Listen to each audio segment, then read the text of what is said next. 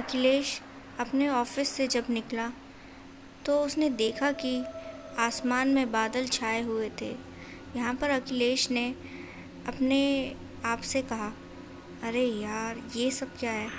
अगर मैं टाइम पर नहीं पहुँचा घर तो यहाँ पर मौसम अगर ख़राब हो गया तो मैं भीग जाऊँगा और भीगने की वजह से तो मेरी तबीयत ख़राब हो जाएगी। इसके बाद जो था अखिलेश अपनी बाइक पर सवार हो गया और अपनी बाइक को लेकर अपने ऑफिस से निकल पड़ा। तो उसने देखा कि अचानक से ही जो है बादल एकदम से बरसने लगे थे और तेज़ हवाएं भी चल रही थी। ऐसे में उसका बाइक चलाना बहुत ही मुश्किल हो रहा था। यहाँ पर अखिलेश जो था किसी तरीके से अपनी बाइक को साइड लगा के एक पेड़ के नीचे खड़ा हो गया। आसपास काफ़ी घने और बड़े पेड़ थे।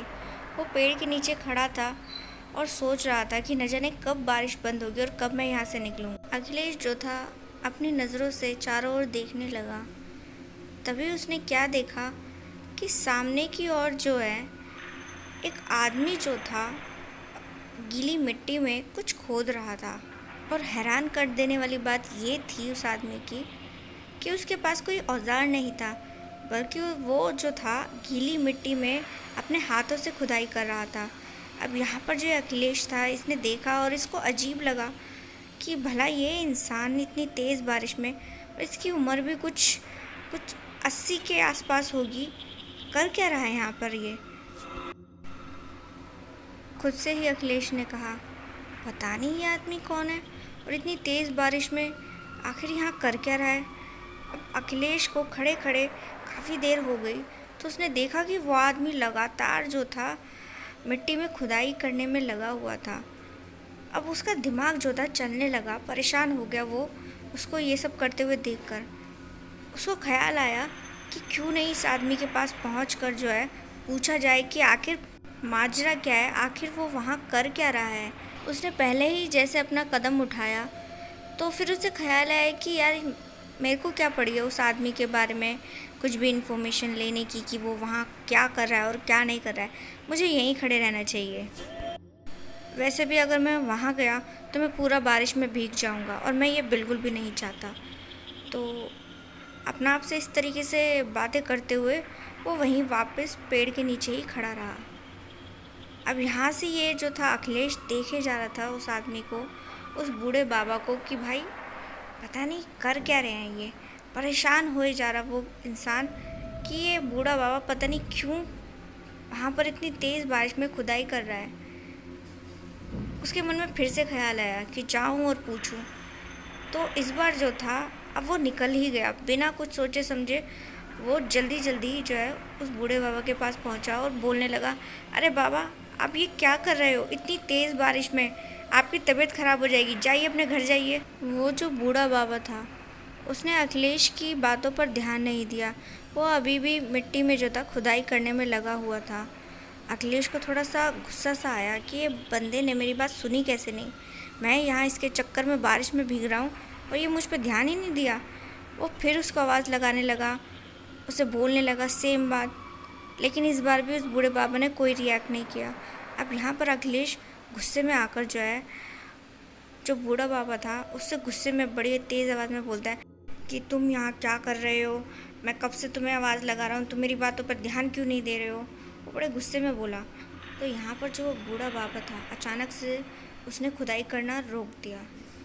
अब जो रुका तो उसने खड़ा हुआ और अखिलेश की ओर देखा। अब यहाँ पर अखिलेश ने क्या देखा, वो जो बूढ़ा बाबा था उसकी आंखें कुछ बदली बदली आम इंसानों जैसी नहीं थी, एकदम लाल सुर्ख। तो उस बूढ़े बाबा की आंखों को देखकर यहाँ पर अखिलेश एकदम से घबरा गया, क्योंकि उसे इतना तो मालूम चल गया था कि ये जो आदमी है ये कुछ तो गड़बड़ है। इसकी आंखें भी कुछ अजीब सी हैं, डरावनी सी, और इसकी हरकतें भी नॉर्मल इंसान जैसी नहीं है। भला इतनी बारिश में ये बूढ़ा बाबा यहाँ खुदाई करने में लगा है, चक्कर क्या है। तो वो जो बूढ़ा बाबा था अचानक से ही एकदम से ही जो था धुआं बनकर अखिलेश की आंखों के सामने से गायब हो गया। तो यहाँ पर अखिलेश का जो एकदम से दिल था वो एकदम से ज़ोरों से धड़कने लगा। वो घबरा गया, परेशान हो गया। उसके पैरों तले की ज़मीन अचानक से खिसक गई। उसे कुछ समझ नहीं आया। एक पल के लिए उसे ऐसा लगा जैसे वो कोई सपना देख रहा था। अखिलेश पसीने पसीने होने लगा। उसे घबराहट होने लगी। उसका दिमाग काम करना बंद कर दिया। तभी जो है उसे लगा कि ये जो कुछ हुआ है ये बहुत बड़ी गड़बड़ है। तो यहाँ पर अखिलेश जो था तुरंत ही जैसे वहाँ से निकलने के बारे में सोचने लगा, तभी उसने देखा कि उसके सामने अचानक से ही वो बूढ़े बाबा फिर से कहीं से आ गए हैं। वो देखकर उन्हें घबराने लगा। तो वो जो बूढ़ा बाबा था अचानक से ही पागलों की तरह हंसने लगा और अपने दोनों हाथों से जो था उसने अखिलेश का गला पकड़ लिया और उसे जान से मारने की कोशिश करने लगा। उस बूढ़े आदमी का रूप पहले से ज़्यादा डरावना और भयानक हो चुका था।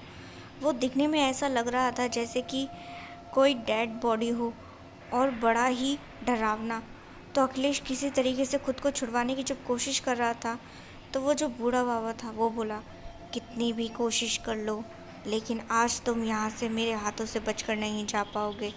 मैं अक्सर तुम्हें यहाँ से आते जाते देखता था।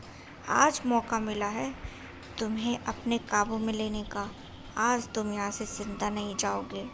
लगभग अखिलेश की आंखें बंद होने लगी थी कि तभी जो है वहाँ से एक कार गुजरी। तो उस कार वाले आदमी ने अखिलेश को उस हालत में देखा तो अचानक से उसने कुछ दूर पर जाकर अपनी कार रोक दी और तुरंत ही वो वहाँ पर जब पहुँचा तो उसने देखा कि अखिलेश जो था वहाँ पर बेहोशी की हालत में पड़ा था और वो जो बूढ़ा बाबा था वो कहीं दूर दूर तक भी दिखाई नहीं दे रहा था। उसने जो था अखिलेश को किसी तरीके से अपनी कार में बैठाया और उससे पूछा कि ये सब कैसे। तो अखिलेश ने सारी बात बताई और वो बहुत खुश था उस वक्त, वो बच गया।